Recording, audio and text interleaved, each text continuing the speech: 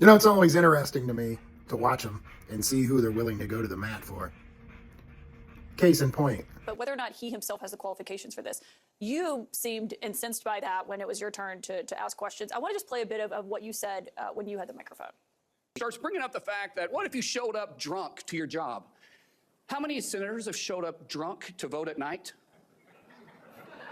Have any of you guys asked them to step down and resign from their job?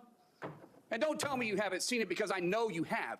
So I'm an electrician by trade, and it was nothing for the fellas on a job to go out and have them on a nice 3-beer lunch, okay? Now, I remember one job, it was in, I was in Atlanta, and there was a sub shop down the street, and then they had these, they were like half pitchers of beer, maybe less than that, maybe more, I don't know.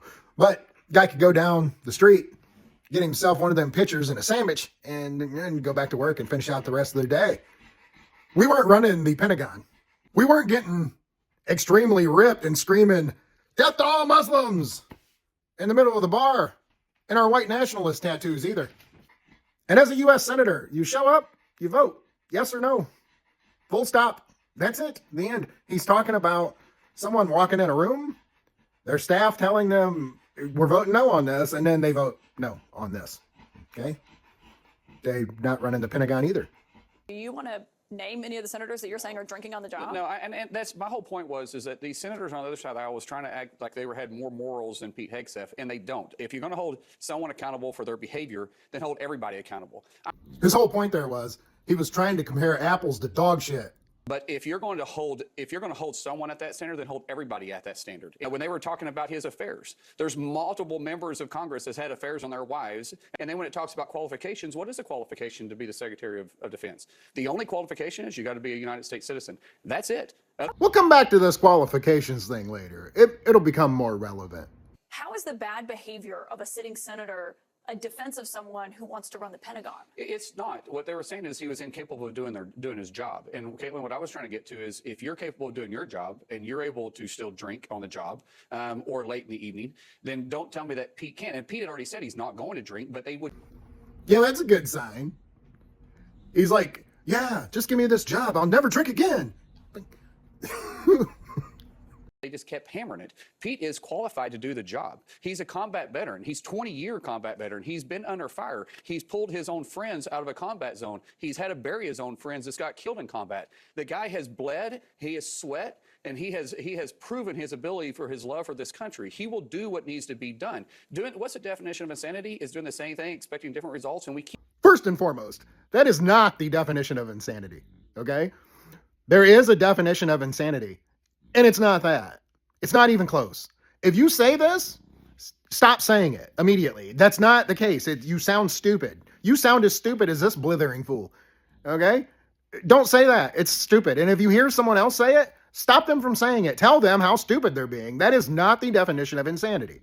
Okay? It's simply not. Now, we're back to what he feels is the qualifications to do this job. And he's said before that the only qualification is to be a U.S. citizen, okay? Now he's saying that because he was in the military, he's qualified to do the job. Okay, hear me out. It seems to me like you could take every U.S. citizen's name, write it on a piece of paper, even everyone, the combat veterans, all of them. You could write their name on a piece of paper and you could put it in a hat and you could swirl that thing up as much as you want and pull the name out, okay? And whatever name you got, they probably wouldn't have Nazi tattoos on them, okay? They probably wouldn't have credible rape allegations against them. They probably wouldn't have a bunch of non-disclosure agreements between people who they've wronged, okay? Interesting, right? It's weird who these people go to the mat for. I mean, he said himself that this is a job that every single U.S. citizen, whether they served in the military or not, is eminently qualified for. For some reason, they want the alcoholic philanderer who's probably raped people and is a Nazi. Keep recycling the same type of people as the Secretary of Defense, and where have they got us? Nowhere. And this is why we need a Nazi rapist. We've never had one of those before. Don't you understand? President Trump is wanting to put people in the place that's going to shake things up and do things different. Yeah, you need someone who's going to shake things up. Like a roofie in a drink, you know? Right before he rapes someone, he drops the roofie in the drink, he shakes it up. You got to shake that thing. You got to shake it up. You know, I could sit here and keep dumb fucking this guy all day. Just from this clip, I think it was 8 minutes long. I could be here all goddamn day. But let me just get to this. This part right here this is the perfect way to wrap this up. Tim, you know, you have been an aggressive questioner of nominees in the past over whether or not they were qualified. It was for the Undersecretary of the Air Force. I just want people to listen to how you've questioned candidates before. I'm just looking for qualifications. You didn't give me any qualifications. You gave me your history, your story. But what makes you qualified to be the Undersecretary of the Air Force? That question was for a woman named Melissa Dalton. She had 20 years working in the Defense Department.